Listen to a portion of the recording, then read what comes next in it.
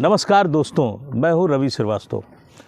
आज आपको फिर उन चीज़ों की बात करेंगे जो कुछ ना कुछ करंट खबरें होती हैं, लेकिन दर्शकों को जो खबरें मिल पाती हैं उससे बहुत सारी बातें उनके दिमाग में रहती हैं कि वाकई आखिर क्या हुआ होगा। इस पर भी हमारी बात है।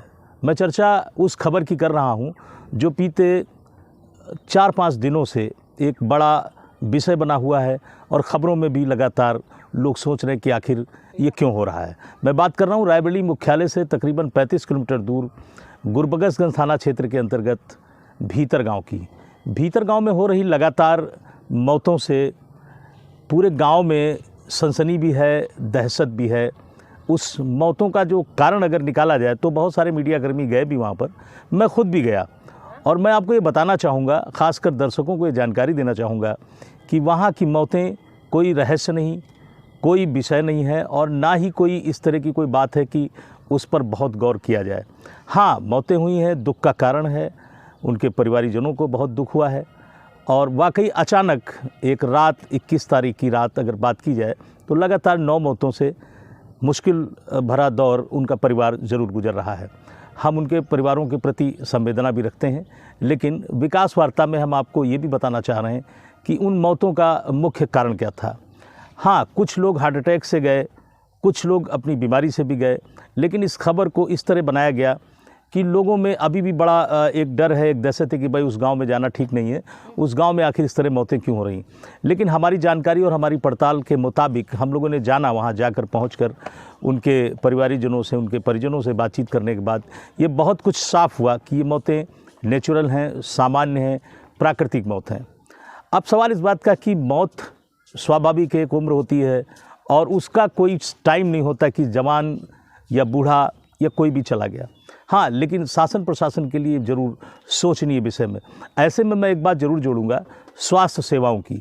अगर हम ये बात करें तो लगातार 3 साल कोरोना का एक दौर रहा, दहशत रहा और बहुत सारी दूरियां, गैपिंग, प्रशासनिक व्यवस्थाएं, लॉकडाउन, क्वारंटाइन एरिया, ऐसे करके बहुत सारी चीज़ें आई बीच में। लेकिन उसके बाद सडन अचानक सारा कुछ थम गया और स्वास्थ्य सेवाएं भी ढीली हो गई। हम ये भी कहना चाहेंगे कि स्वास्थ्य सेवाएं अगर हम बात करें, हर गाँव में हर जगह PSC CSC हैं, लेकिन उसमें डॉक्टर्स नहीं रुक पाते हैं, स्टे नहीं करते हैं। वो कोई लखनऊ से आता है, कोई कहाँ से आता है, तो ये बड़ा विषय है। अगर हम गुरबगसगंज के करीब भीतर गांव की बात करें तो वहाँ एक भी CSC PSC नहीं मौजूद है।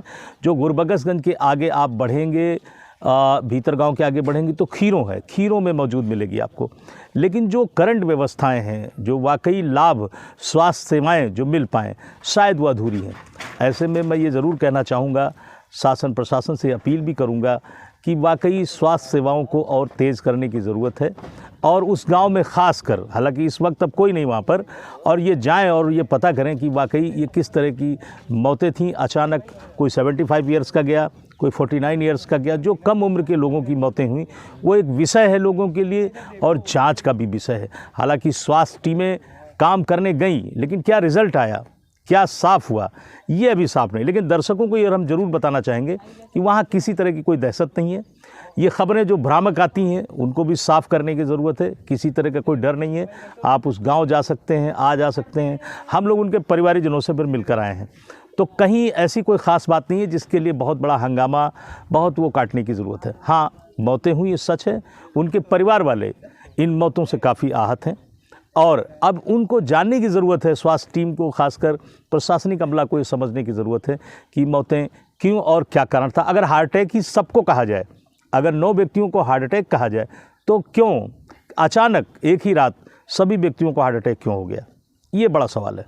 और हम इस विषय पर ज़रूर रोशनी डाल रहे हैं कि आखिर स्वास्थ्य सेवाएँ, प्रशासनिक व्यवस्थाएँ, रायबरेली के CMO, SP, DM, ये जो भी गए, इन्होंने क्या ऐसी कोई बात सामने रखी कि साहब ये सामान्य मौतें हैं?